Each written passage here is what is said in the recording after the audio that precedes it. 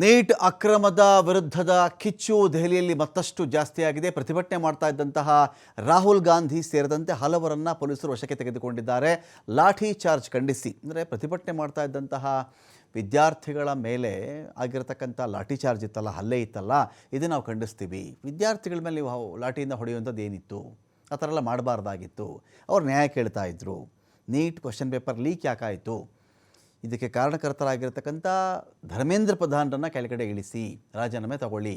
ಈ ಒಂದು ವಿಚಾರಕ್ಕೆ ಅವರು ಪ್ರತಿಭಟನೆ ಮಾಡ್ತಾ ಇದ್ದರೆ ಅವ್ರ ಮೇಲೆ ಏಕಾಏಕಿ ಮೇಲೆರಗಿ ನೀವು ಲಾಠಿನಲ್ಲಿ ಹೊಡೆದಿರೋದು ಯಾಕೆ? ಇದು ರಾಹುಲ್ ಗಾಂಧಿಯ ಪ್ರಮುಖ ಕ್ವಶನ್ ಆಗಿತ್ತು. ದೆಹಲಿಯ ಪ್ರಧಾನಿ ಮೋದಿ ನಿವಾಸದ ಎದುರುಗಡೆ ಪ್ರತಿಭಟನೆ ಆಗ್ತಾಯಿತ್ತು. ಮೋದಿ ಗೃಹ ಸಚಿವ ಅಮಿತ್ ಶಾ ರಾಜೀನಾಮೆ ಕೊಡಬೇಕು ಅಂತ ಆಗ್ರಹ ಕೇಳಿಬಂತು.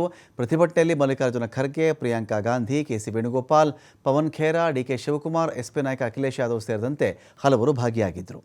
ಸದ್ಯ ರಾಹುಲ್ ಗಾಂಧಿ ಸೇರಿದಂತೆ ಹಲವರನ್ನು ಪೊಲೀಸರು ವಶಕ್ಕೆ ತೆಗೆದುಕೊಂಡಿದ್ದಾರೆ. ಪ್ರತಿಭಟನೆ ವೇಳೆ ಕೇಂದ್ರ ಸಚಿವ ಜಿತೇಂದ್ರ ಮನವೊಲಿಕೆಗೆ ಜಗ್ಗಿಲ್ಲ ರಾಹುಲ್. ಮನವೊಲಿಸ್ತೀನಿ ಅಂತ ಬಂದ್ರಲ್ಲ, ಅವರ ಮನವೊಲಿಕೆಗೂ ರಾಹುಲ್ ಗಾಂಧಿ ಸೊಪ್ಪು ಹಾಕಲಿಲ್ಲ. ಕೇಂದ್ರ ಸಚಿವರ ಮುಂದೆ ಇದೇ ಟೈಮ್ನಲ್ಲಿ 5 ಬೇಡಿಕೆಗಳನ್ನು ಮುಂದಿಟ್ಟಿದ್ದು ರಾಹುಲ್ ಗಾಂಧಿ. ಇಲ್ಲಿ ಅರ್ಧ ಗಂಟೆ ಮನವೊಲಿಸುವ ಪ್ರಯತ್ನವನ್ನು ಮಾಡಿ ವಾಪಸ್ ತೆರಳಿದ್ದು ಜಿತೇಂದ್ರ ಸಿಂಗ್. ಅಮಿತ್ ಶಾ ಭೇಟಿ ಮಾಡಿ ಮತ್ತೆ ಪ್ರತಿಭಟನಾ ಸ್ಥಳಕ್ಕೆ ವಾಪಸ್ಸಾಗ್ತಾರೆ ರಾಹುಲ್ ಗಾಂಧಿ. ಪ್ರತಿಭಟನೆಗೆ ಜಿತೇಂದ್ರ ಸಿಂಗ್ ಆಕ್ರೋಶವನ್ನು ಹೊರಹಾಕ್ತಾರೆ. ಬಳಿಕ ರಾಹುಲ್ ಗಾಂಧಿ ಸೇರಿದಂತೆ ಅನೇಕರನ್ನು ಪೊಲೀಸರು ವಶಕ್ಕೆ ತೆಗೆದುಕೊಂಡಿದ್ದಾರೆ. ಪೊಲೀಸರು ವಶಕ್ಕೆ ತೆಗೆದುಕೊಂಡಂಥ ವೇಳೆಯಲ್ಲಿ ರಾಹುಲ್ ಗಾಂಧಿ ಮುಖಕ್ಕೆ ಗಾಯವಾಗಿದೆ.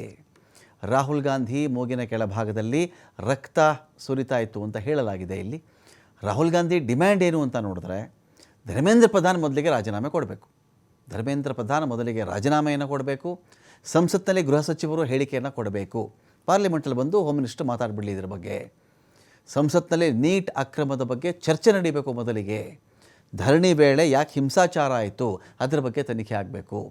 ಮೃತಪಟ್ಟರಲ್ಲ, ಅನೇಕರು ಸ್ಯೂಸೈಡ್ ಮಾಡಿಕೊಂಡ್ರಲ್ಲ ವಿದ್ಯಾರ್ಥಿಗಳು, ಅವರ ಕುಟುಂಬಗಳಿಗೆ ಪರಿಹಾರವನ್ನು ಕೊಡಬೇಕು ಅಂತೇಳಿ 5 ಬೇಡಿಕೆಗಳನ್ನು ರಾಹುಲ್ ಗಾಂಧಿಯಲ್ಲಿ ಇಟ್ಟಿರೋದು.